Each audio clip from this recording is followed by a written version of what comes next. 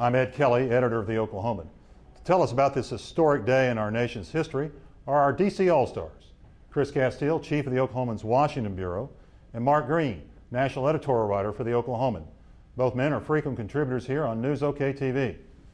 Okay guys, first tell us about the crowds. Both of you have lived in the Washington area for a number of years. Is there anything to compare this day to, at least in the recent past?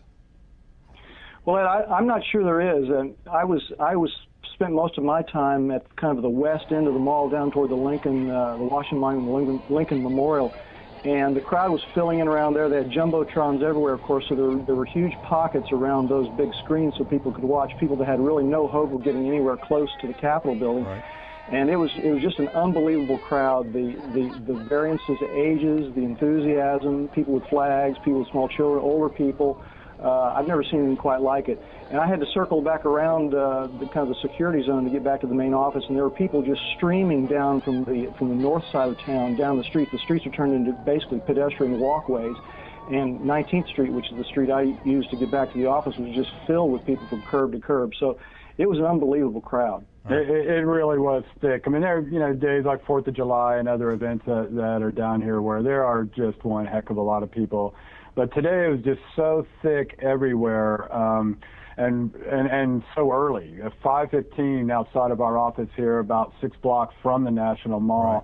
They were already lining up when I first went out to take some pictures of it. And then my journey took me pretty much down the F Street here, all the way to the other side of the Capitol. We had to go through a tunnel that's normally reserved for cars, the 3rd Street Tunnel, to get on the other side of the National Mall over to the Capitol building. And it was just thick, just with people. And I had all the makings of a computer animated disaster movie in there for, all those people being in there. But it was just amazing. And then I was right below the platform where the inauguration, the swearing in actually took place, just below it, so I could look out over the mall, and it really was an incredible sight. I'm sure it was. Yeah, there were people coming all different ways to get into the downtown area. I walked across one of the Potomac River bridges with some other people, and people were taking bikes in. They had a couple of places where you could park bikes, and those were just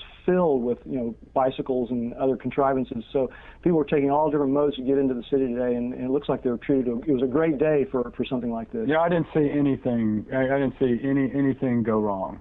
Obviously, I was just in kind of a narrow part of the city at the time. I was walking back and forth, but I haven't heard or seen anything any disasters, any major mess ups. That's great. That's great. Now tell me, give us your assessment, or at least the reaction that you heard of perhaps the most highly anticipated inaugural speech in many, many years. Well, I was sitting in a section that was kind of press and some celebrities, I guess, because Denzel Washington, Beyonce, Smokey Robinson, those people were kind of right around me, and then a lot of, I guess, other VIPs, dignitaries, and so, obviously the press isn't going to clap. But I didn't hear any, really raucous cheering or clapping, at least in the section I was in for any of the speech. I could hear it on the mall, sure. Some of the lines, but it seemed to hit.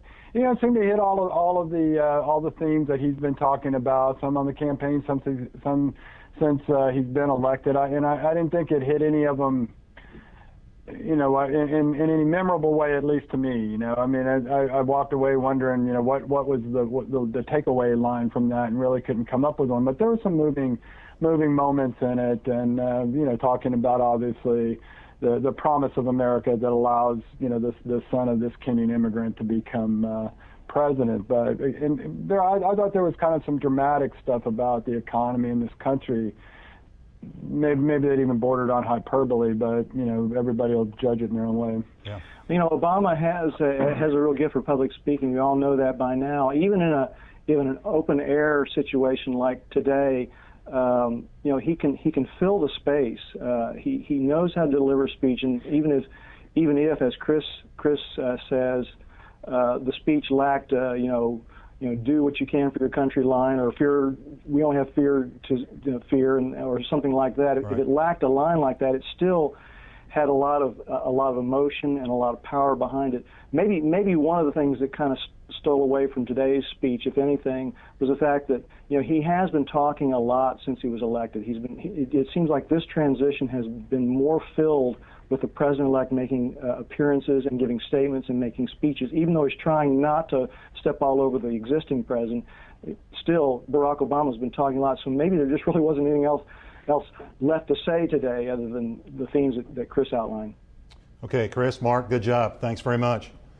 Thank you. Stay here on News OK for more coverage, a lot more coverage, of Inauguration Day 2009.